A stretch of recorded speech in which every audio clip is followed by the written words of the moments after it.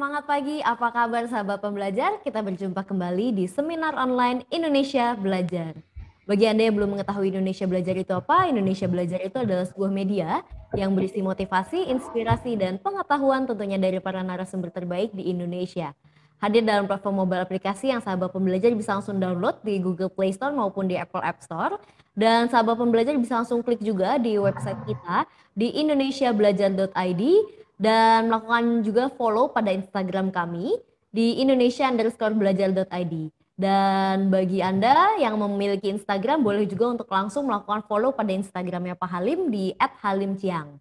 Dan bagi Anda yang memiliki Facebook boleh juga untuk melakukan like pada Facebook fanpage-nya kami di indonesiabelajar.id.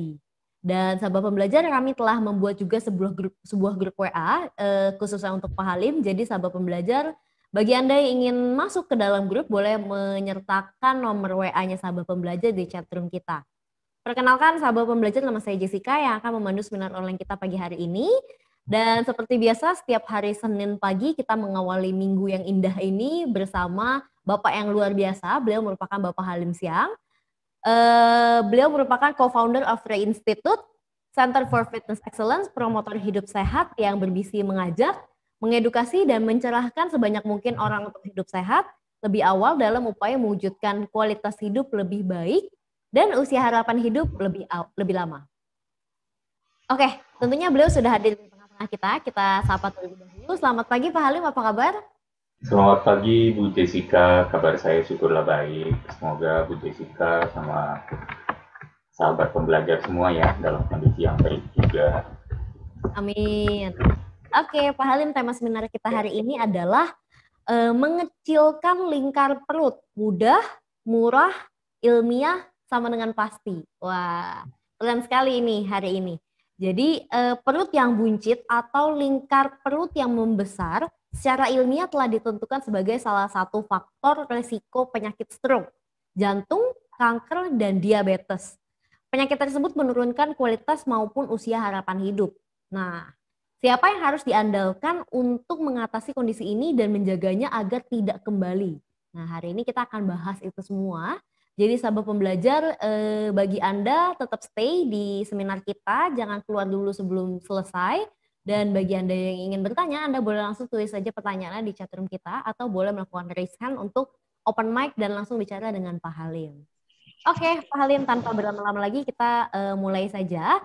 Bagaimana nih Pak Halim penjelasan mengenai mengecilkan lingkar perut, mudah, murah, ilmiah, sama dengan pasti. Silakan Pak Halim. Ya baik Bu Jessica, terima kasih untuk kesempatannya. Sahabat pembelajar, saya izin dulu ya untuk share screen supaya bisa ada struktur untuk presentasi pagi ini.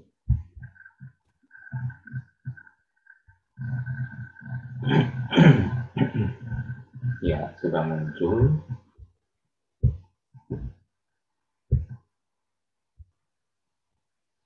Ya, jadi sebenarnya kalau kita berbicara selalu ya, saya, Mas Ade, semua teman-teman di kalangan fitness nggak jauh-jauh dari memang seolah-olah penampilan yang lebih bagus.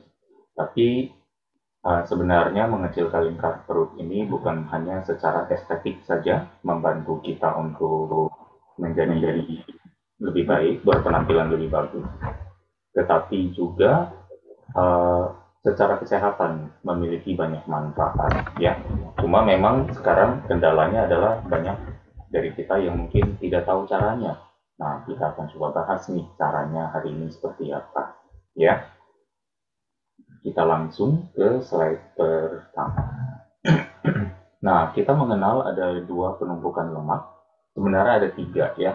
Yang pertama adalah yang namanya visceral fat. Visceral fat itu adalah lemak yang ada di dalam perut ya, yang sifatnya mereka bilangnya kalau bahasa sederhananya adalah lemak perut atau lemak organ. Nah, lemak organ yang mungkin di dalam dan menyelimuti organ-organ. Kemudian ada lagi satu yang namanya subcutaneous. Subcutaneous ini adalah lemak yang ada di bawah kulit. Nah, lemak yang ada di bawah kulit. Kemudian yang ketiga yang saya sampaikan tadi adalah sebenarnya di dalam darah, yaitu lemak darah. Tapi tentunya ketiganya memiliki risikonya masing-masing. Biasanya kalau punya tinggi di satu, pasti yang lain juga akan ikut pelan-pelan bertambah tinggi. Memang secara kecenderungan, wanita memiliki tumpukan lemak di bawah kulit lebih banyak daripada pria. Sementara pria memiliki lebih banyak tumpukan lemak visceral, ya, atau yang namanya lemak organ itu. Makanya kalau pria, meskipun ada six pack-nya, kadang bisa perutnya agak membuncit, gitu ya. Kalau wanita, ya udah langsung ketutup semua, gitu. Nah, berarti ada indikasi nih, kalau ada pria yang sampai six pack-nya nggak kelihatan, di bawah kulitnya udah banyak, kita bisa berasumsi, ya, melakukan ceritanya nih, hipotesa, beranggapan bahwa sebenarnya lemak organnya juga sudah termasuk cukup tinggi sampai biasa yang didahulukan menumpuk di dalam organ sudah mulai meluber ke bawah kulit. Ya, jadi perlu berhati-hati di sini. Lebih berbahaya mana? Dua-duanya sama-sama berbahaya, ya. Jadi baiknya memang kita turunkan. Nah, makanya kenapa nih pas banget para cewek lah atau para wanita lah atau kaum perempuan yang memiliki keinginan untuk mensedot-sedot lemak gitu ya, karena sedot lemak itu biasanya yang pasti yang ada di bawah kulit, bukan di organ. Nah, makanya dinamakan prosedur kosmetik gitu.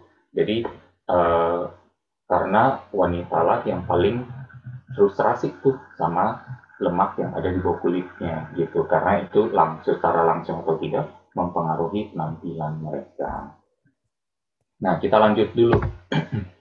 Nah, berdasarkan informasi yang saya dapat dari Mayo Clinic, ya, salah satu klinik ternama di Amerika, mengatakan bahwa ini saya langsung terjemahkan, makanya tampilannya yang saya copy ini lebih kecil, dan saya tampilkan yang lebih besar bahasa Indonesianya saja. Ya, orang dengan obesitas mengembangkan dalam dirinya berbagai masalah kesehatan yang serius, termasuk penyakit jantung dan stroke seperti yang tadi kami sampaikan di narasi pembuka Bu Jessica ya.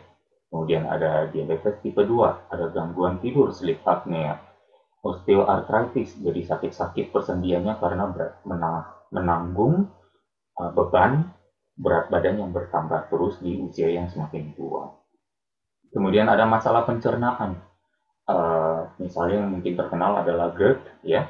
Kemudian ada masalah gynecological dan seksual.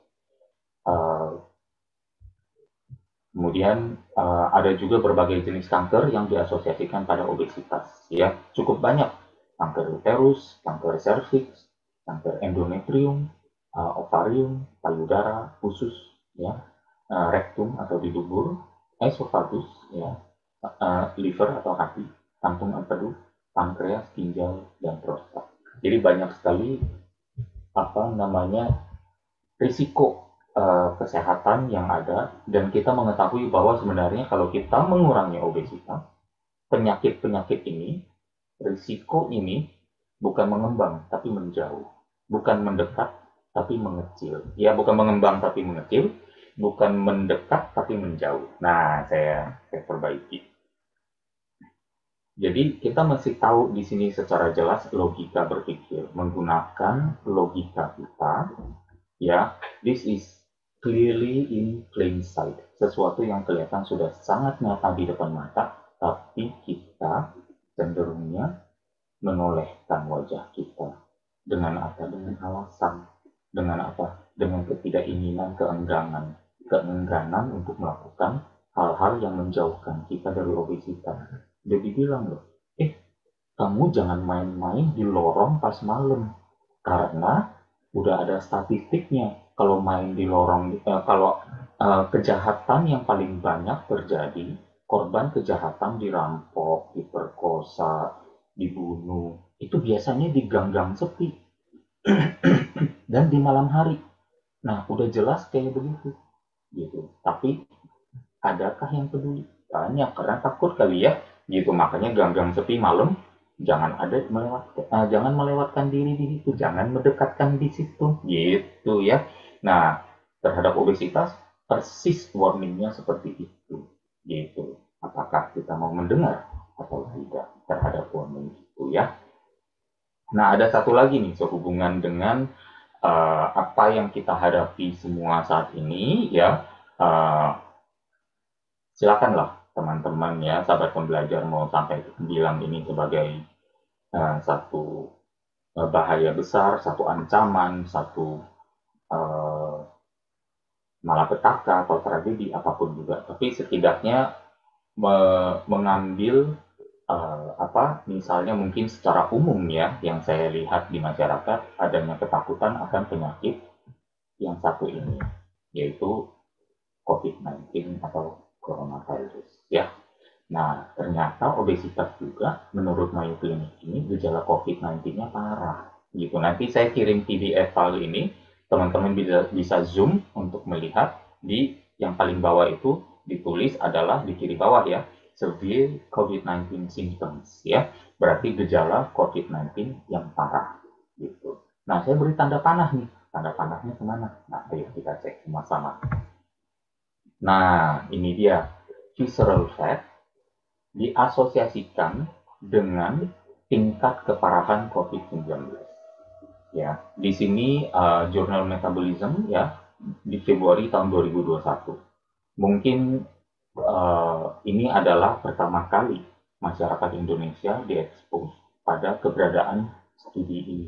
Ya, studi ini memang dalam bahasa Inggris. Kalau kita nggak rajin-rajin untuk cari, mungkin nggak akan ketemu.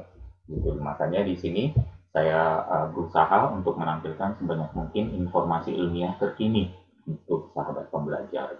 Di sini ditulis reseptor atau antena penerima sinyal mungkin di dalam sel tubuh kita ya, untuk sindroma pernafasan akut di SARS-CoV ini diekspresikan pada level yang lebih tinggi pada mereka yang memiliki kadar visceral fat, lemak organ, daripada subcutaneous fat ya pada pasien obesitas. Nah, ini buat para wanita nih langsung senang hati nih. Wah, kalau begitu saya kalau kena COVID nggak begitu parah dong, karena yang biasa ini kan visceral fat dibanyakan di pria. Ya, mungkin memang begitu. Memang parahnya misalnya di pria juga suka merokok. Nah, jadi tambah lagi tuh, rokok asosiasinya deket lagi nih dengan apa? Penyakit jantung dan kanker. Nah, kan kelihatan nih udah mulai. Apakah mengenai berapa banyak penderita penyakit ini yang meninggal itu adalah pria, saya nggak tahu ya.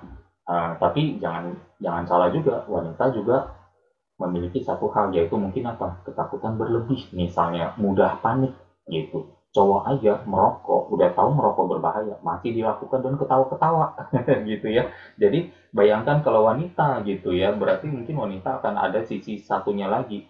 Oke, subcutaneous fatnya memang lebih banyak, nggak banyak visceral, jadi katanya menurut studi nggak lebih parah. Tapi ingat, ini kan secara umum, secara statistik. Ada nggak yang parah?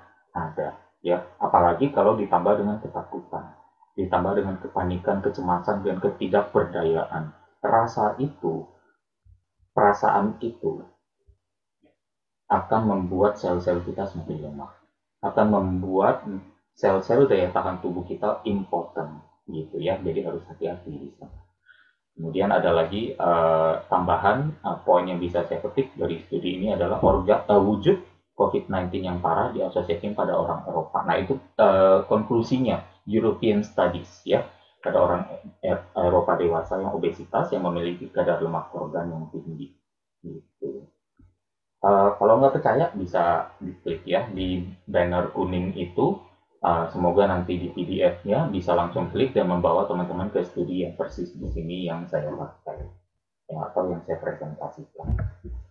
Kemudian ini juga, nah ada studi menyatakan bahwa muscle strength, kekuatan otot, dan muscle mass, ya, komposisi otot, rangka dalam hal ini adalah prediktor length of stay, lamanya dirawat di rumah sakit pada pasien dengan COVID-19 yang moderat dan parah. Nah, bisa dibayangkan di sini ya, semakin tinggi komposisi ototnya, di sini ditemukan komposisi dan kekuatan ototnya makin tinggi, maka dirawat makin singkat di rumah sakit. Nah, ini juga sudah ada gitu. Jadi apa hubungannya kok Coach Halim nih sampai melenceng ke COVID? Bukan. Nah, ini kan balik lagi. Selalu ada hubungannya dengan apa? Kekuatan otot yang selama ini kita tidak mau latih. Mungkin ya, tidak mau latih. Yang sudah mau latih, bagus banget. Kemudian, asosiasinya juga dengan biasanya kita melihat berat badan ini hanya seolah-olah angka di timbangan. Nah, saya berkali-kali dalam berbagai kesempatan di Indonesia Belajar selalu mengatakan apa? Nggak hanya angka yang ada di timbangan dan bukan saja body mass index, ya, tetapi komposisi berat badan kamu itu di dalamnya berapa persen lemak, berapa persen bobot murni, gitu ya. Ya, jadi supaya tahu lebih jelas sedikit. Nah, di sini bobot murninya kalau tinggi, yang berarti memiliki modal apa mungkin olahraga, mungkin asupan nutrisi yang lebih baik, dan mungkin tingkat aktivitas fisik yang lebih tinggi juga, itu memberikan modal daya tahan tubuh yang baik sehingga pulih lebih cepat. Gitu. Sementara mereka yang memiliki kadar lemak yang lebih tinggi biasanya memiliki tingkat keparahan yang tinggi juga ya, seperti yang disampaikan di sini. Nah, bisa dilihat dong, otot makin banyak, di rumah sakitnya makin singkat, dirawatnya makin mudah, dan sembuhnya makin cepat. Lemak makin banyak, dirawatnya kondisinya makin parah, dirawatnya makin lama, risiko kematiannya makin tinggi. Ya, udah dapat ya gambarnya mengapa saya menampilkan studi ini. Kebetulan saja hari ini seluruh dunia dihadapkan pada pemberitaan akan ketakutan COVID ini. Ya, jadi saya juga mau memanfaatkan ya manfaat ini untuk mengedukasi dan mencerahkan sahabat pembelajar dan siapapun yang nanti teman-teman sahabat pembelajar come across ya. Berarti kita bisa nih ceritanya, saya mengambil sedikit, sekali lagi kita juga jangan menyepelekan logika kita ya, bahwa berarti kalau misalnya kita sudah melihat dua studi itu secara nyata dan jelas, kita bisa menyimpulkan bahwa orang yang tidak memiliki obesitas, tepatnya orang yang memiliki komposisi tubuh yang baik, kadar lemak rendah dan kadar otot yang relatif tinggi, tidak memiliki komorbiditas. Dia jauh komorbiditas dari dirinya. Jika tertular, berpeluang hanya mendapatkan gejala ringan, cepat sembuh, bahkan tanpa gejala sama sekali. Makanya, ya, seperti mungkin beberapa belas atau beberapa puluh episode yang lalu, saya pernah mengatakan, jangan takut sama OTG. Ya, orang tanpa gejala itu justru panutan. Kita harus nanya kepada mereka, lu gimana sih sampai nggak ada gejalanya? Hebat loh. Kamu kalau kena nggak kenapa-napa. Itulah yang menjadi panutan kita, ya, gitu. Bukannya untuk menjauhi, mencurigai, kemudian takut sama mereka sehingga antisosial, tidak bersahabat, dan memvonis-vonis mereka tidak peduli masyarakat kalau nggak pakai masker, kalau nggak apa gitu. Kayak hari ini, sekarang mudah sekali nih orang nggak pakai masker langsung dibilang, kamu ini ya tidak peduli, gitu. Oke. Maksudnya kan dia memiliki hak juga dong untuk nggak pakai ya, tapi nggak apa-apa, ini kan namanya peraturan gitu, mungkin harus dilakukan. Kemudian yang ketiga adalah meraih hasil tubuh tersebut, komposisi lemak rendah dan kadar otot yang lebih tinggi, dengan pola hidup yang aktif, berolahraga, mengatur pola makan, beristirahat cukup, memiliki pikiran yang lebih tenang, dan kepercayaan diri akan investasi kesehatan yang telah dilakukan. Gitu ya. Jadi kita harus percaya setiap orang memang memiliki logikanya masing-masing meskipun berbeda-beda. Ya, tapi setidaknya kita hormati semuanya, tapi kita selalu apa? Come back to science, balik kepada science. Not just experts, karena experts itu manusia. Manusia yang bisa saja ada agendanya. Bahkan science aja kita harus lihat juga dalam jurnal-jurnal itu di bawahnya tertulis nggak? Gitu, jurnal ini didanai siapa gitu ya, atau ada hubungannya dengan sponsor dari mana gitu, atau dengan perusahaan apa. Nah, kita tetap harus melihat itu secara objektif. gitu. Jadi untuk mencari bit of science yang bagus, ya itu memang cukup sulit. Gitu. Nah di sini saya tambahkan lagi nih sedikit footnote ya. Preventive role of exercise across the corona atau pandemic. Yang berarti apa? Di sini ada lagi penemuan baru. Ada di sini apa studinya ya, bisa linknya bisa dicek bahwa olahraga memiliki peran preventif. Kembali lagi, mungkin kalau tertular menjadikan kita OTG, bahkan mungkin OTG itu tidak ada sama sekali. Karena apa? Kalau dia tidak ada gejala, berarti dia tidak bisa menularkan ke orang lain dan bisa saja dia juga tidak membahayakan, gitu ya. Nah sekarang nih ada lagi gitu. Nah itu semua tadi ada hubungannya. Karena apa? Saya pesannya pasti jelas. Obesitas, kadar lemak rendah, kadar lemak tinggi, lingkar perut yang besar. Ya pasti ada hubungannya dengan risiko penyakit yang banyak. Ya, saya kenapa harus begini? Saya mesti mengestablish why buat teman-teman semua. Kadang orang katanya nih, orang mungkin menurut ilmu psikologi mengatakan apa? The reason seseorang tidak berhasil karena dia tidak memiliki why yang cukup besar, tidak memiliki mengapanya, ya, mengapa dia tidak disiplin, mengapa dia tidak menjalankan apa yang harusnya baik buat dia. Dia pasti why-nya kurang. Why-nya memaknai kebaikan dari mengecilnya lingkar perut mungkin belum banyak, mungkin belum tinggi. Makanya tadi saya establish, I spend a lot of time, a quite fair bit amount of time untuk mengabarkan ini. Ya, nah ini sekitar bonus. Ini baru slide yang agak melenceng, gitu. Karena saya kemarin baru ketemu, langsung buru-buru pengen saya share. Di sini dikatakan bahwa ya jurnal ini dipublish memang di jurnal Nature studi ini ya, dan teman-teman bisa melihat sendiri dipublikasikan 24 Mei, hanya lebih kurang mungkin 1 minggu yang lalu, fresh from the oven, dan saya yakin mungkin ini pertama kali masyarakat Indonesia mengetahuinya ya. Infeksi SARS-CoV ini ya, orang yang terpapar menghasilkan dari dalam ya sel-sel plasma yang dibuat dalam sumsum ya, bone marrow dalam manusia, dan hubungannya dengan apa? Lifetime immunity, kekebalan seumur hidup.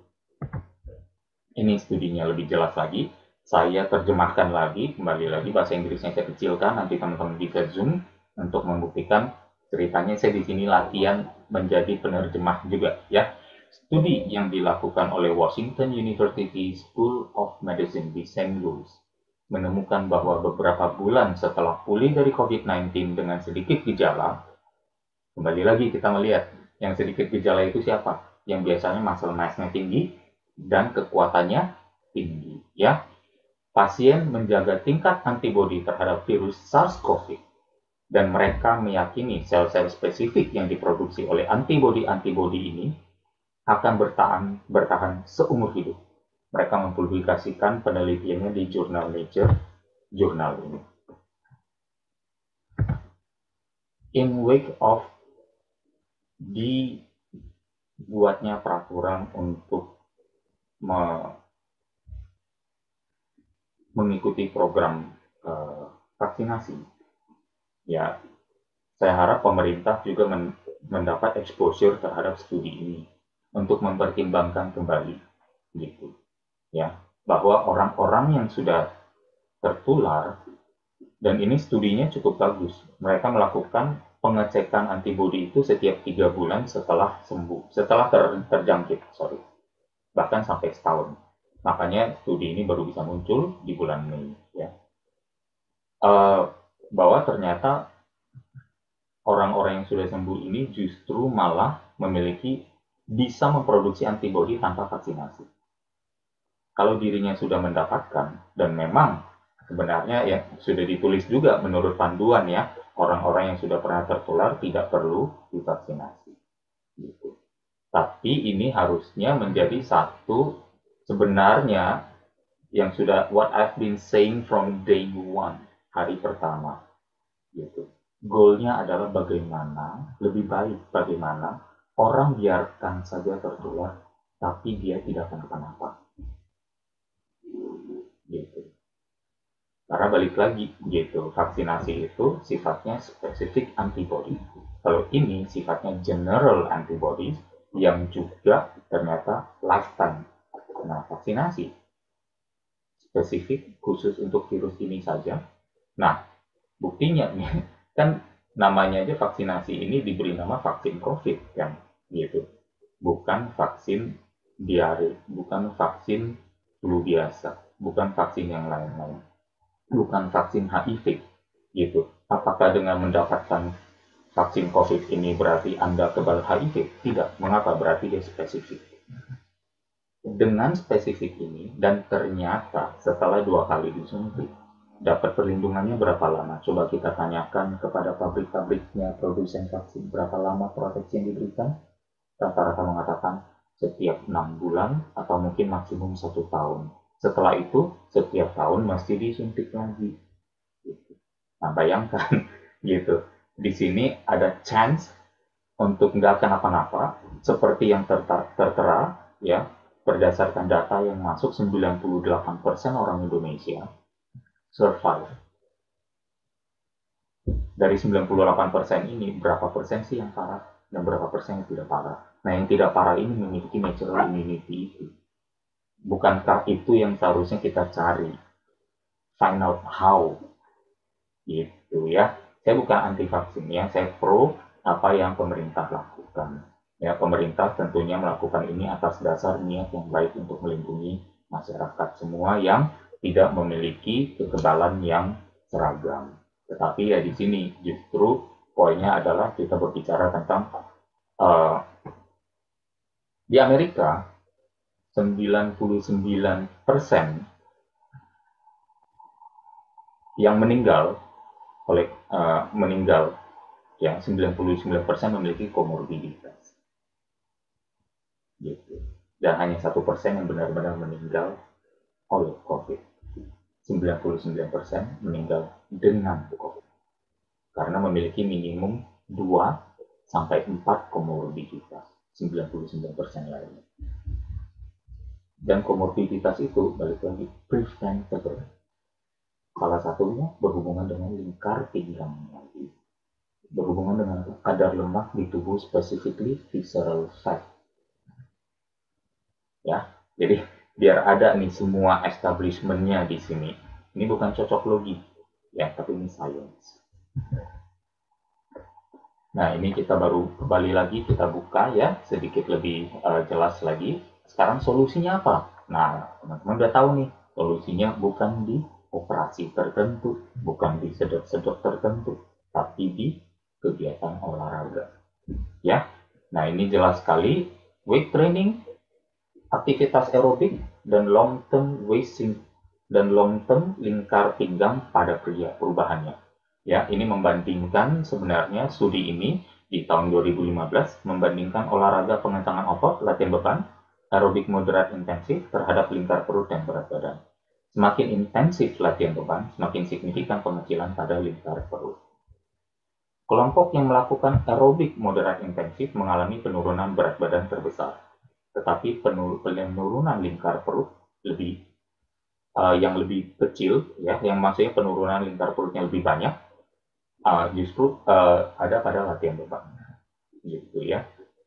Dan ada bahkan studi lain mengatakan aerobik dan gabungan aerobik dan latihan beban, ternyata gabungan aerobik dan latihan beban lebih bagus daripada aerobik sendirian, gitu ya.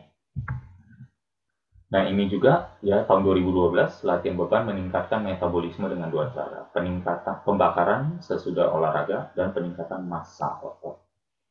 Kadar lemak visceral tinggi meningkatkan jumlah sitokin, ya, yang sitokin ini adalah komponen dari sel yang diproduksi oleh tubuh apabila sedang terjadi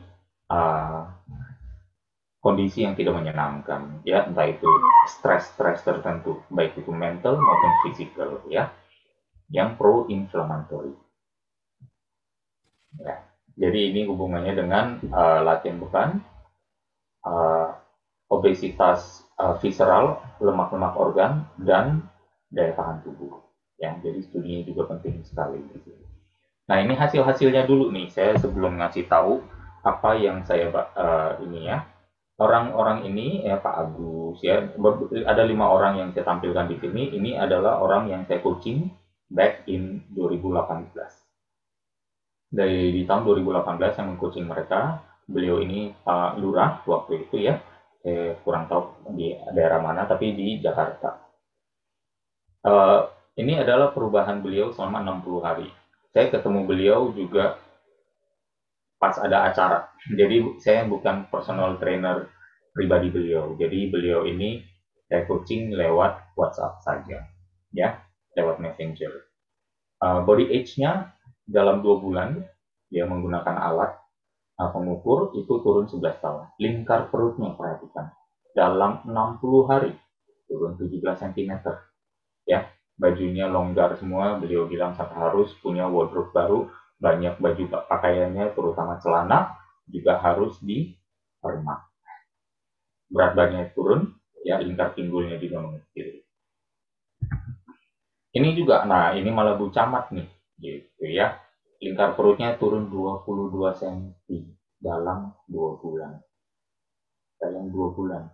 Jadi per hari itu turun 0,6 cm, ya, lebih kurang.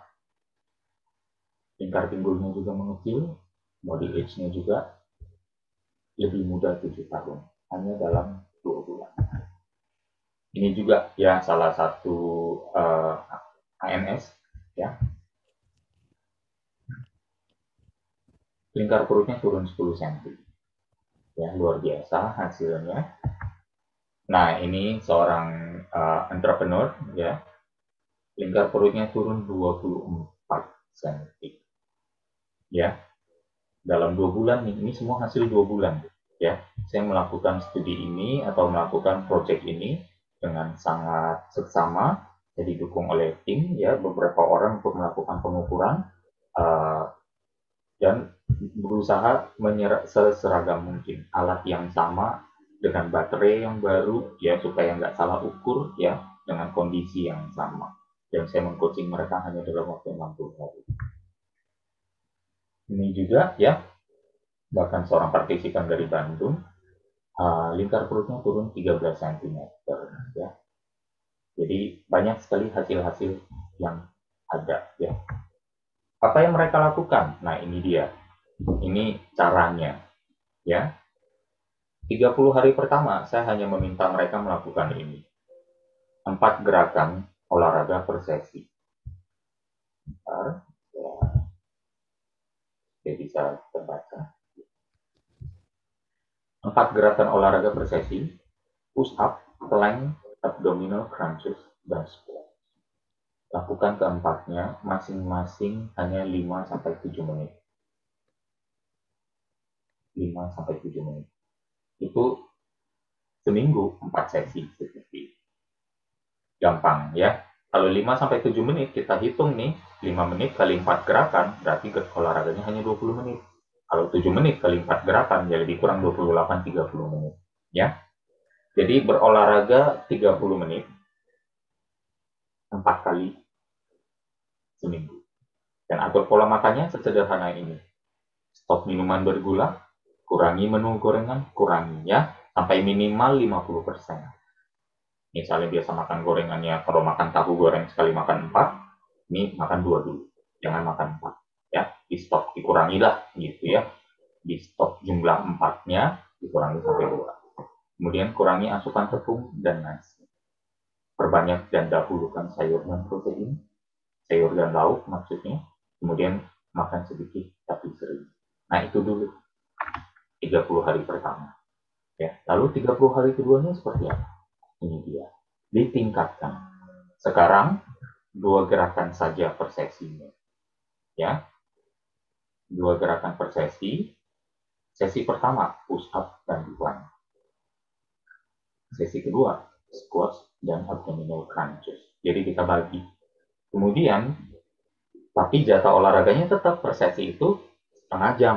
Jadi harus dibagi. Jadi pergerakan 15 menit, 15 menit. Jadi ditingkatkan nih, didobelin porsinya. Makanya harus progres. Kan gitu ya. Ini yang namanya progressive overload. Gitu. Menggunakan gerakan olahraga pengencangan otot. Jadi 1 minggu, yang sesi 1 tadi atau sesi A, 2 sesi. Sesi B, 2 sesi juga. Itu bisa selang-seling gitu ya. Jadi misalnya Senin sesi 1, Selasa sesi 2, Rabu off, Kamis sesi 1, Jumat sesi 2. 1 minggu offline. Ya. Kemudian atur pola makannya seperti apa? Stop minuman bergula. Sekarang jadi stop semua. Stop. Yang tadi kan dikurangi nih 30 hari pertama. Nah, sekarang gorengannya stop sama sekali. Kemudian stop asupan tepung, ya. Perbanyak dan dahulukan sayur dan protein, nasinya belakangan sedikit saja. Ya, pilihan nasinya juga yang lebih bagus, misalnya yang merah atau brown rice. Ya. Tapi kalau tidak ada, nasi putih juga tidak apa-apa, yang penting jauh lebih sedikit daripada dulu. Ya, tetap dijaga makan sedikit tapi sering. Nah, saya hanya memberikan mereka panduan ini, 2 slide ini. Lakukan 60 hari. What's stopping you? Nggak ada. Ya, hanya diri sendiri yang akan menghalangi kita melakukan ini. So simple. Dan teman-teman bisa mendapatkan hasil-hasil ini. Sebagai personal trainer, bahkan banyak personal trainer memiliki kliennya yang hasilnya jauh lebih hebat daripada ini. Tapi minimal, ini adalah kegiatan olahraga di rumah, tidak membutuhkan apapun kecuali badan sendiri, yang mengajarkan kita untuk lebih disiplin dengan pengaturan pola makan, sama, sederhana, dan bahkan online coachingnya waktu itu. Ya, ada sedikit bantuan waktu mereka berolahraga, di videoin, terus saya koreksi gerakannya. Ya, tapi kalau nggak mendapatkan itu bagaimana? Gampang, ini saya kasih tahu gerakan. Nah, kalau melakukan squat, lakukanlah seperti ini. Jangan sampai lututnya lurus. Jangan sampai kakinya lurus atau lututnya terkunci. Jadi naik turunnya, misalnya sahabat pembelajar lihat nih, nah saya munculkan coba nah kursor saya. Jadi naiknya sampai ke sini aja, kemudian turun lagi. 1, 2, 3, 4 gitu. Tapi turunnya juga kalau bisa lambat ya. Turunnya lambat, naiknya lambat. Seperti slow motion dalam rentang gerak seperti ini. Kemudian gerakan kedua yang tadi apa? Push ups. Nah, untuk pemula bisa push ups yang di kiri. Kalau sudah kuat, push up-nya yang di kanan. Ya. Abdominal crunches seperti apa? Ada 2 jenis. Satu yang ini, menekan pinggang agar punggungnya membungkuk ke atas. Perhatikan ada garis kuning di sini. Ini garis kuning bukan dari bajunya, tapi yang saya buat sendiri ya, untuk menunjukkan bahwa ini titik awal, ini finishnya. Start, finish. Jadi ditekan pinggangnya, ditekan lantainya dengan pinggang untuk menimbulkan pembungkukan yang lebih besar lagi. Ini crunches level 1, yang ini level 2. Ya, ini dari atas, ini dari bawah.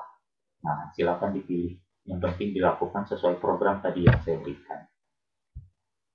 Kembali lagi, lambat, slow motion, terkendali, dan seimbang kanan kiri. Kalau misalnya ada slightest bit of momentum, ada keinginan untuk biar turunnya gampang aja, di slam aja cepet-cepet, itu udah gerakan yang salah ya. Jadi kembali lagi kepada gerakan yang lambat dan terkendali. Dan yang terakhir adalah plank ya. Diusahakan agar dari mata kaki sampai ke bahu itu membentuk satu garis lurus. Dan perhatikan bahunya di atas siku, bukan di depan. Ada kecenderungan ingin cari gampang, bahunya di depan, lalu lengannya miring, kemudian sikunya ada di belakang bahu. Tidak demikian. Harus bahunya ada di atas, persis di atas siku. ya, dan pinggulnya harus cukup tinggi, jangan terlalu rendah sampai melenting, jangan terlalu tinggi sampai cari gampangnya.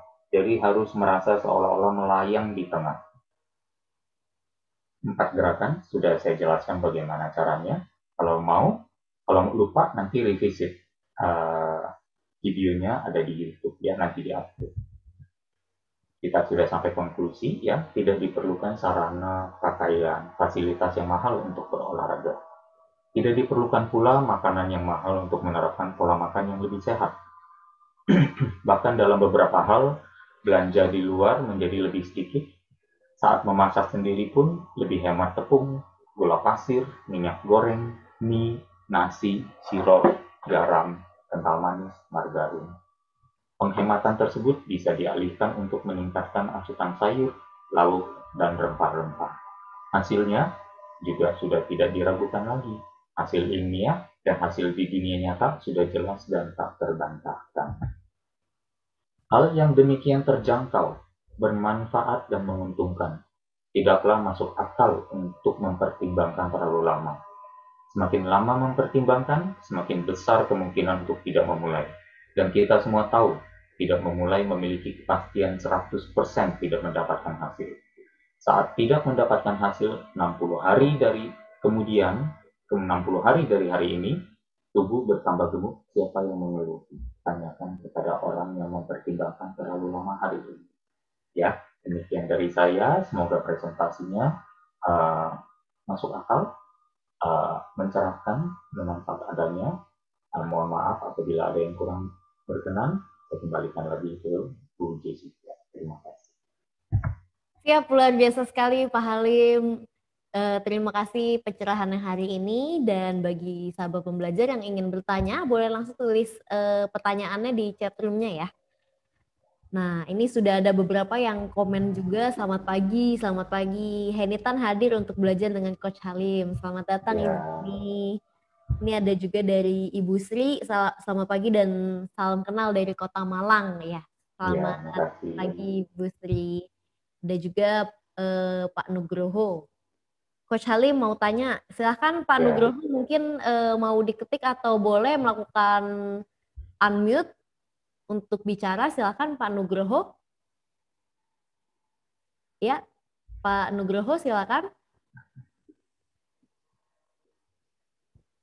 Pak Nugroho mungkin belum standby. Kita lanjut ke bisa diketik dulu. Ya, mungkin atau lagi diketik ya. Oke, kita tunggu saja Pak Nugroho. Terima kasih. Kita lanjut ke Pak Ariel Martiano.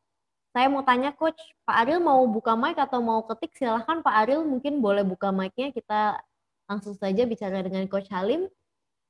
Iya. Oh, Pak Ariel juga mau ketik. Oke, siap. Ini ada beberapa komentar juga dari Pak Dokter Sugih Yahya, mantap. Terima kasih Pak Dokter sudah hadir. Ini juga ada dari Ibu Sri Rahayu Utami, biar saya bacakan. Untuk penderita osteoartritis GRD3, amankah melakukan squat Coach? Terima kasih. Iya, saya coba jawab yang Bu Sri Rahayu dulu ya. Iya. Saya tentunya nggak mengetahui kondisi spesifik dari pasien tertentu, ya. Jadi saya nggak bisa komentar terlalu banyak dan memberi jaminan. Tapi setahu saya, faktor risiko melakukan squat jauh lebih rendah daripada faktor risiko berlari. Kenapa? Karena berlari ada dentuman pada lutut. Osteoartritisnya saya asumsikan ada di lutut ya, di sini ya, atau di panggul gitu ya. Sehingga dentuman inilah yang memberikan rasa sakit yang mungkin lebih tinggi, ya, dan mungkin menimbulkan faktor risiko yang lebih besar juga. Jadi kalau kita melihat, kalau squats ada dentumannya nggak ada, gitu. Kalau misalnya mau mengurangi tekanan pada lutut, cukup menjaga agar lututnya jangan terlalu maju. Dan kita waktu squats kan seperti tadi ini, saya izin share lagi supaya bisa saya jelaskan sedikit lebih bagus ya. Saya ambil foto squats nih, Bu Sri, coba diperhatikan. Nah, di kaki kita ada yang namanya toe line. Toe line itu artinya apa? Toe line itu artinya ujung kaki kalau ditarik garis vertikal. Ditarik garis vertikal ke atas. Nah, lutut di sini, pelaku di sini mungkin karena lututnya sehat, dia mengizinkan lututnya untuk maju, ya, melampaui toe line. Biasa melampaui toe line itulah lutut tensinya akan meningkat. Menurut studi yang dilakukan tahun 2003, naiknya lebih kurang 28%. Kalau memang grade 3 dianggap sebagai sesuatu yang sudah membatasi gerak, saya menganjurkan bahkan ya lututnya di sini aja. Atau waktu melakukan, perhatikan mungkin taruh ujung kaki ini di tembok. Sehingga waktu kita squat, kita cukup menyentuh temboknya aja, tapi mencari titik di mana kita bisa turun sejauh mungkin. Nah, kalau kita udah nggak bisa, sebelum kita kejengkang ke belakang. Nah, sebelum kejengkang ke belakang ini, itulah titik kita untuk squat. Mungkin hanya 5 cm, mungkin hanya 7 cm, tidak apa-apa. Yang penting melakukan. Nah, ada satu lagi gerakan namanya wall sit, juga bisa dicoba. Ya, wall sit itu apa? Ya, bersandar di tembok, berusaha membentuk di panggul 90 derajat, di lutut 90 derajat. Di ankle 90 derajat. Seolah-olah duduk di tembok, di bawahnya tidak ada kursi. Tapi kalau sulit, ya berarti pinggulnya agak naik dikit. Gitu ya. Nah, ditahan di sana, lebih kurang mungkin kalau bisa, mulai dulu dari 15 detik. Setelah seminggu naikkan 20 detik. Seminggu kemudian naik lagi jadi 25 detik. Ya, pelan-pelan ditingkatkan. Gerakan seperti squat dan wall sit tadi harusnya memiliki impact yang rendah terhadap lutut dan mengaktifkan justru otot-otot quadriceps yang sebenarnya memperkokoh lutut gitu ya. Itu jawaban saya. Jadi saya tidak memberikan jaminan aman atau tidak, semua kegiatan pasti ada risikonya ya, tapi setidaknya ini adalah tentang mengendalikan risiko, memilih mana yang manfaatnya paling tinggi dan risikonya paling rendah, dan menurut saya itu ada di squats dan di wall sit. Semoga terjawab, Bu. Terima kasih Pak Ya. Halim, Bu Sri, semoga terjawab ya. Ini ada, saya akan lanjutkan. Terima kasih Pak Halim dan juga Bu Sri. Saya akan lanjutkan kepada pertanyaan Pak Nugroho. Saya akan bacakan, kalau orang yang obesitas, bolehkah pakai suplemen whey protein dan BCAA, kreatin, dan fat burner? Silahkan Pak Halim. Ini yang bertanya siapa? Pak Nugroho. Oh, Pak Nugroho. Ya, Pak Nugroho boleh saja ya, tapi kembali lagi dalam menyikapi suplemen, bahkan misalnya dengan obat sekalipun, saya akan selalu bertanya, kita ini obesitas, atau kita ini gemuk, kita ini menumpuk lemak, kita ini sakit, misalnya ya, mengalami satu keluhan gejala, itu gara-gara kita nggak minum obat, nggak minum suplemen, apa gara-gara pola hidup kita? Gitu. Nah, setelah kita mengetahui jawabannya, akarnya ternyata ada di pola hidup, kita rapikan dulu. Dan pola hidup itu yang apa? Yang alaminya dulu. Olahraganya sudah dijalankan belum? Mengatur makannya sudah benar belum? Apakah makanan saya lebih banyak processed food daripada natural food? Oh iya ya, saya masih processed food lebih banyak. Oh ya udah, makanan kemasan saya kurangi, saya perbanyak makanan alamiahnya, gitu. Kemudian cara masaknya udah benar belum? Nah itu dulu yang ditanyakan sebelum kita langsung lompat kepada saya pakai suplemen. Kalau suplemennya nggak bisa, berarti salah suplemen yang mahal-mahal, berarti udah gagal, saya balik aja deh ke kebiasaan sebelumnya. Yang hati-hati dengan menganggap suplemen itu sebagai sesuatu yang solusi. Mengapa demikian? Di Indonesia memang mahal karena belinya pakai dolar. Di negara-negara barat atau di negara produsennya seperti di Amerika, asal tahu aja, itu suplemen lebih murah daripada belanja di food court. Gitu. Ya, biar tahu supaya apa? Whole food itu mahal di negara produsen suplemen. Suplemen itu murah, lebih murah. Di Indonesia, karena kita daya belinya juga lebih rendah, income per kapita atau ekonominya masih di bawah mereka, kemudian produk itu diimpor dalam dolar, kemudian semua peimportir retailer harus punya margin, akhirnya jadi lebih tinggi harganya. dengan daya beli yang lebih rendah. Kemudian kita menganggapnya sebagai obat dewa, manfaatnya hebat, produk ajaib, dan segala macam. Gitu. Nah, dari situlah kita seolah-olah merasa, wah ini pasti efektif nih. Ini pasti tersugestinya seperti itu. Tidak demikian adanya. Padahal justru di Indonesia terbalik. Suplemen itu lebih mahal, whole food justru lebih murah. Kita harus bersyukur tinggal di surga. Ya, bayangkan di Amerika makanan real foodnya, whole foodnya mahal, kita whole foodnya malah murah. Justru disinilah kita perlu bersyukur. Perbaiki dari sana dulu, perbaiki dari cara berpikir kita, pola mindset kita terhadap pola makan yang lebih baik seperti apa, mindset kita terhadap olahraga seperti apa. Nah, itu dulu kita perbaiki. Apa yang membuat kita, seperti yang tadi saya bilang, tidak mau karena akan mempertimbangkannya terlalu lama. Saya cedera, umur saya udah segitu, saya sudah menikah, nggak perlu cakep-cakep. Apapun bisa dilontarkan untuk mengatakan, saya tidak perlu melakukannya. Gitu. Nah, itu dulu yang diperbaiki. Cleaning up those messes in your mind is a lot better daripada memikirkan solusinya ada di luar. Entah itu suplemen, entah itu obat, entah itu suntikan tertentu. Ya, semoga terjawab. Terima kasih Pak Halim, Pak Nugroho, semoga terjawab ya. Kita lanjut lagi ke pertanyaan berikutnya. Ini tapi sebelum ke pertanyaan berikutnya, saya akan bacakan komen dari Bu Heni. Super menginspirasi ya Coach yang punya hasil result tadi. Wah ya. Terima kasih Bu Heni. Saya akan lanjut ke pertanyaan Pak Ariel. Coach, dulu saya obesitas, tetapi saya olahraga dan akhirnya berat badanku turun dan aku cek BMI ku normal.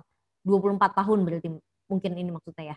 BMI-nya skornya 24. BMI-nya 24. Okay. Ya. Tapi kenapa ya perut saya masih buncit walaupun perut saya lebih kecil sekarang daripada dulu saat saya obesitas. Saya juga masih 16 tahun. Apakah perlu kalori defisit untuk menghilangkan perut buncit, Coach? Ya, dengan tadi siapa, sorry? Pak Ariel, terima kasih. Iya, Pak Ariel. Pak Ariel atau adik ya, karena usianya 16 nih. Ya, adik Ariel. Sebenarnya selamat ya, sudah berhasil turun. Kemudian saya perlu nanya lagi nih, turunnya dengan cara apa? Gitu. Kalau turunnya dengan cara olahraganya seperti apa? Tapi minimal di usia seperti 16 ini, semua masih berjalan, semua sistem masih berjalan dengan baik, sehingga mungkin tingkat aktivitas tubuhnya juga baik, komposisi otot juga baik, jadi ya kita bisa berasumsi turunnya juga dengan cukup sehat.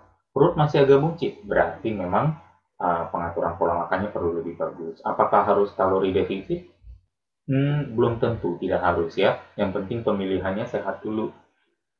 Misalnya contoh apa? Nah, nasinya yang dulunya sepiringnya besar, gitu kan, sekarang udah diperkecil belum?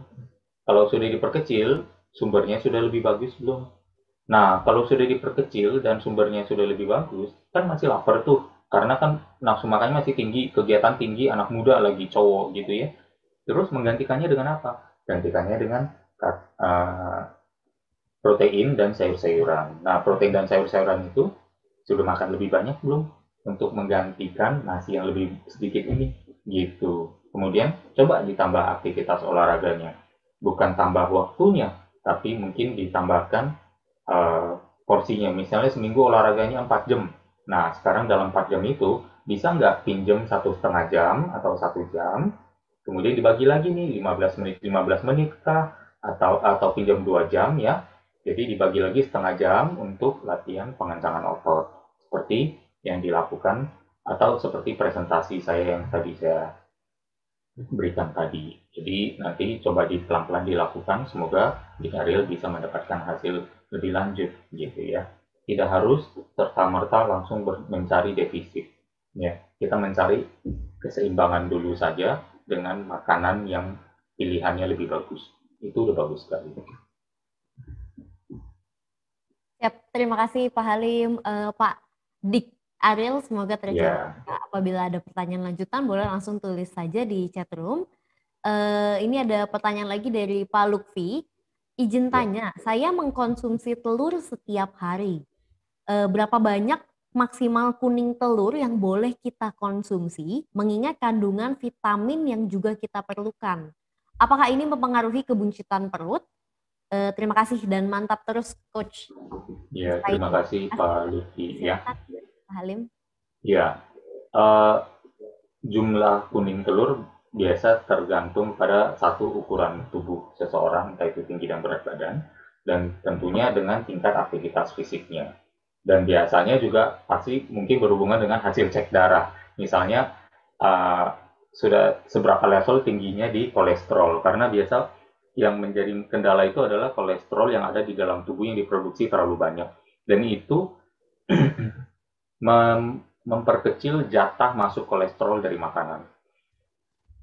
Ironisnya, kolesterol dari dalam tubuh itu diproduksi bukan karena makan kolesterol, tapi kebanyakan lemak dan karbohidrat. Dan itulah yang membuat tubuh memproduksi kolesterol LDL yang lebih tinggi. Nah, ini dulu yang perlu dipahami. Dan dengan kita menurunkan asupan karbohidrat dan lemak, dalam hal ini gula pasir, tepung, nasi, dan gorengan, dan minyak goreng, dan margarin, dan mentega, dan lain sebagainya, santan, begitu kita turunkan dari sana, dan kita berolahraga, jatah kolesterol kita dari makanan bisa meningkat. Gitu ya. Jadi itu yang perlu diperhatikan dan bisa meningkat secara aman. Mengapa? Karena 80% kolesterol yang kita produksi itu dibuat di dalam tubuh. 80%-nya diturunkan dulu sehingga 20% dari makanannya bisa masuk dengan gampang dan dengan aman. Itu sebenarnya prinsipnya. Jadi kalau kita juga kemudian mencari vitamin dan mineral tidak harus selalu dari kuning telur saja, tapi juga bisa didapat dari sayur-sayuran, dari buah ya. Sayuran aneka warna, buah aneka warna, atau buah sesuai musimnya. Saya rasa itu bisa membentuk satu pola makan yang jauh lebih sehat. Variasi kombinasi rotasi ya akan lebih bagus daripada hanya menggantungkan sumber vitamin mineral dari kuning telur. Ya, jadi kita perlu berpendekatan lebih apa ya namanya lebih luas, lebih resourceful gitu. Semoga terjawab Pak Lutfi. Terima kasih Pak Halim. Semoga terjawab Pak Lutfi. Berarti kita harus lebih beragam ya Pak Halim ya, tidak hanya dari kuning telur tersebut. Oke, ini ada satu pertanyaan lagi dari kebetulan belum ada namanya. Saya akan bacakan. Izin tanya, umur saya sudah 52 tahun dan perut saya buncit. Susah banget nurunin berat badan sama perut biar nggak buncit.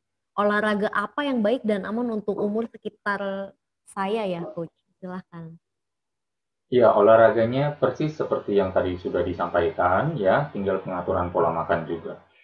Tinggal dijalankan saja tadi yang ada di slide, dan kita coba selama 60 hari kira-kira seperti apa. Kalau tidak, atau kalau kurang yakin atau ragu, atau mungkin merasa, aduh saya menjalankan ini sendiri, ajak istri atau suaminya, ajak pasangannya, ajak teman-teman dalam komunitas ya, atau dalam lingkungan friendship-nya untuk coba untuk melakukan bersama ya, nanti dapat hasilnya juga bersama ya. Semoga terjawab. Nanti bisa join grup dulu di WhatsApp untuk mendapatkan presentasi yang saya berikan hari ini. Mungkin later on, besok atau lusa sudah di-upload di YouTube videonya, jadi bisa dibaca atau ditonton ulang. Ya, terima kasih Pak Halim. Ya, ini menjawab pertanyaan Bu Sri ya. Materinya apakah akan diupload ulang di Indonesia Belajar? Iya Bu, nanti materi Pak Halim ini akan masuk ke dalam grup kita. Jadi apabila Bu Sri belum masuk ke dalam grup, boleh memberikan nomor WA Bu Sri dan sahabat pembelajar yang lainnya ya. Kita akan langsung masukkan ke dalam WA group, karena di dalam WA group tidak hanya materi, nanti akan ada informasi yang lain juga untuk minggu depan dan lain-lain. Dan materi hari ini juga akan masuk ke dalam YouTube Indonesia Belajar. Oke, ini ada pertanyaan juga dari Ibu Heni, saya akan bacakan. Coach, saya usia 48 tahun, olahraga hampir setiap hari, online gym seminggu 4 kali, dan Muay Thai kadang 3 atau 2 kali. Pola makan sangat saya atur dan whey protein shake 2 kali, putih telur 3 butir. Protein shake-nya 2 kali, putih telurnya 3 butir. Tetapi sangat sulit turun berat badan. Untuk bulan ini kadar lemak sudah turun 5%. Apa karena pola tidur saya cuma 5 jam ya Pak? Jadi tidak hasil turunnya tidak maksimal. Gym akhirnya saya pakai PT agar hasilnya maksimal. Pertanyaan saya sudah 3 bulan tapi tidak dapat hasil transformasi body sesuai harapan. Apakah ada yang salah Pak Halim? Uh, mungkin perlu berpikir tentang bagus sih sebenarnya mengevaluasi apa yang kurang ya. Coba kan tadi sudah self inquiry dan self analisis dan menemukan bahwa mungkin tidurnya kurang. Nah itu coba diperbaiki dulu karena bagaimanapun otot kita recover saat kita istirahat dan otot yang sehat memberikan booster metabolisme. Jadi kalau istirahat kita terganggu, booster metabolisme itu tidak terjadi. Itu yang pertama. Terus yang kedua, itu yang namanya kita perlu lebih meningkatkan kualitas dari eksekusi kita. Dalam latihan beban misalnya, terutama ya, kalau nge-gym, latihannya itu hanya apa untuk memenuhi kuota hitungan. Ini ibarat misalnya nih, kita berbicara misalnya, saya ceritanya ya, ini mengambil contoh aja. Kata Elon Musk dan Jeff Bezos, untuk bisa sukses dan kaya, kamu itu harus kerja seminggu 60 jam. Ya, kurang tidur, di saat orang lagi pesta-pesta, kamu kerja. Di saat orang lagi tidur, kamu kerja. Ya, kemudian tidak ada social life. Ya, kamu hemat sehemat-hematnya. Ya, jadi beberapa hal itu ternyata diikuti nih ceritanya oleh saya.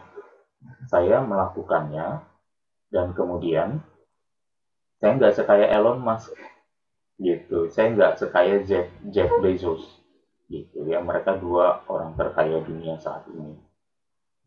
Terus bahkan saya tidak lebih kaya, yang ada saya sakit karena saya begitu kerja 60 jam, saya kurang tidur, saya makan seadanya, ya, dan kemudian saya malah sakit gitu. Saya sakit, malah saya masuk rumah sakit, saya harus keluar biaya, malah boros. Akhirnya saya tidak berhasil.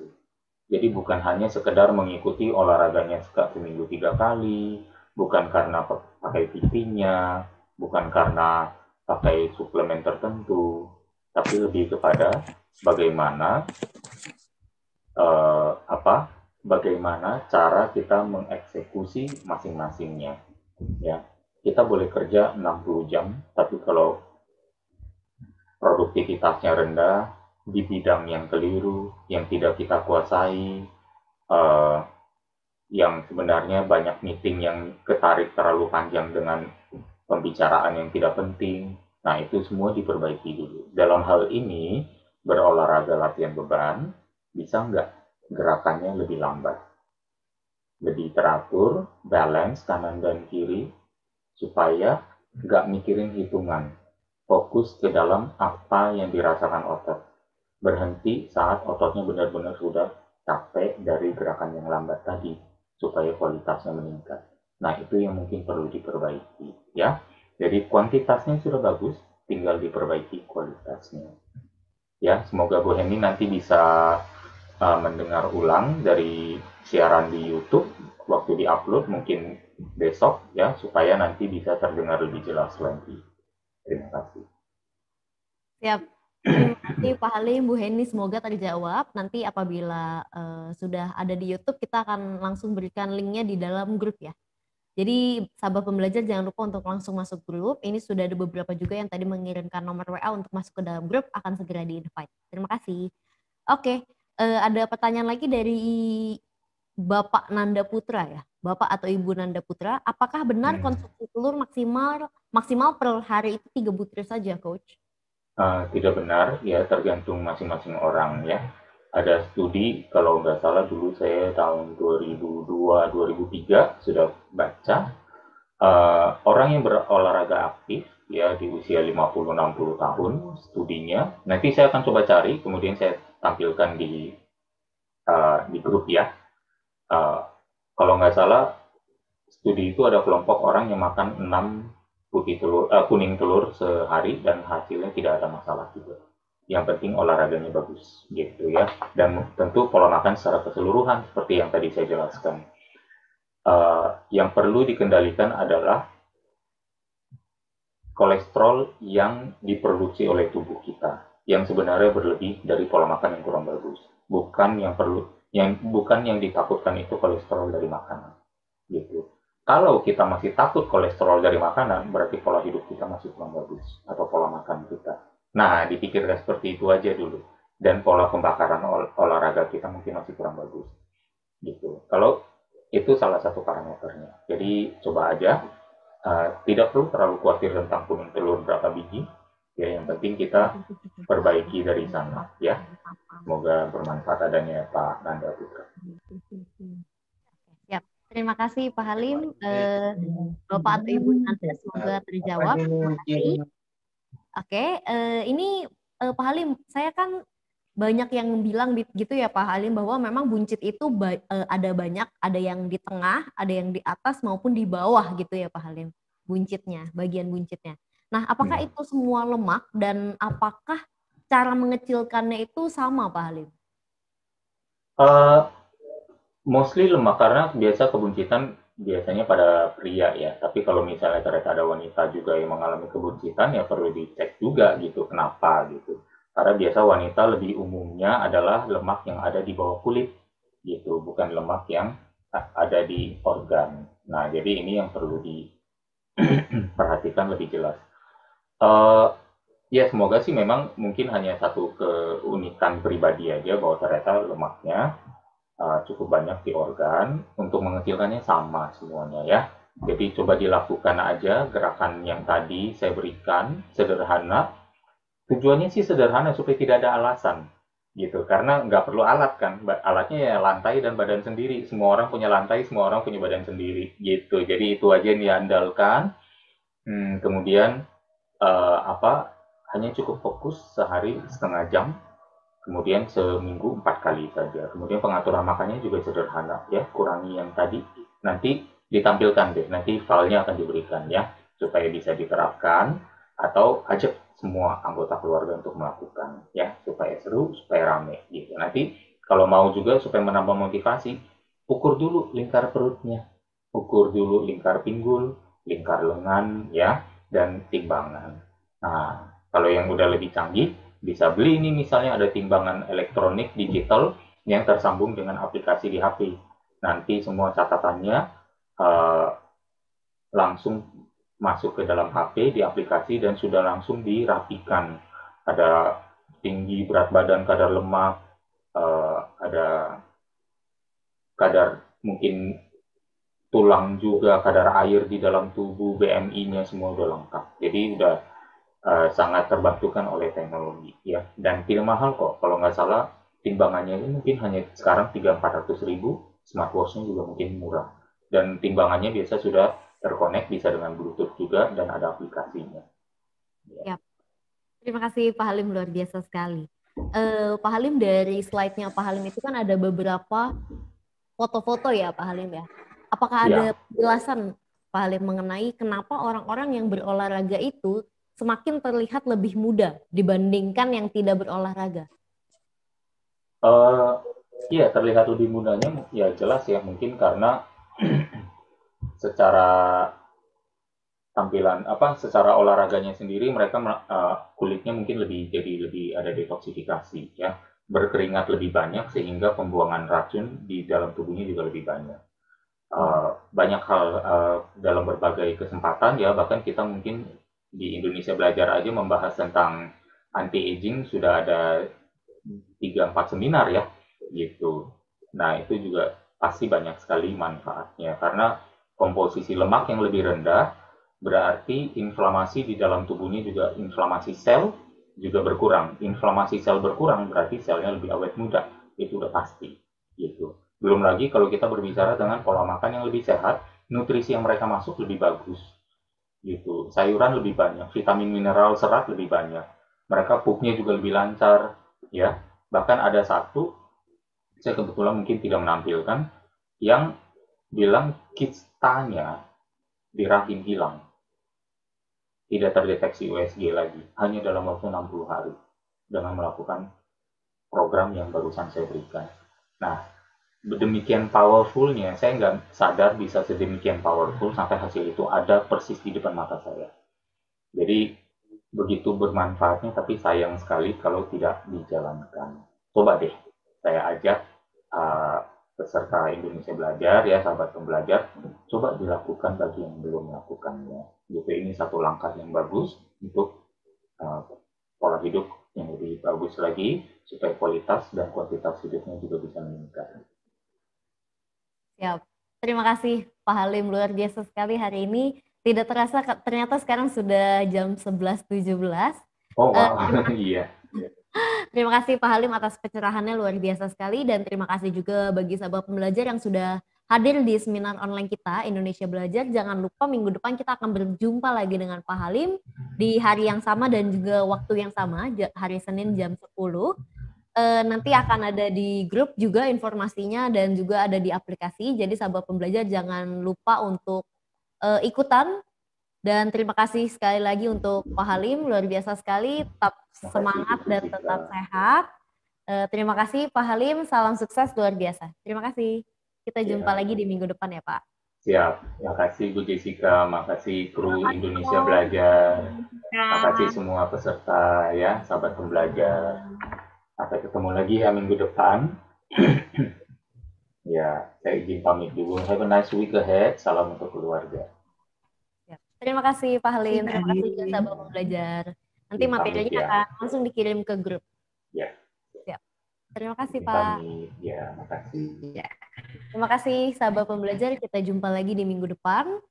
Salam sukses dan sehat selalu. Terima kasih.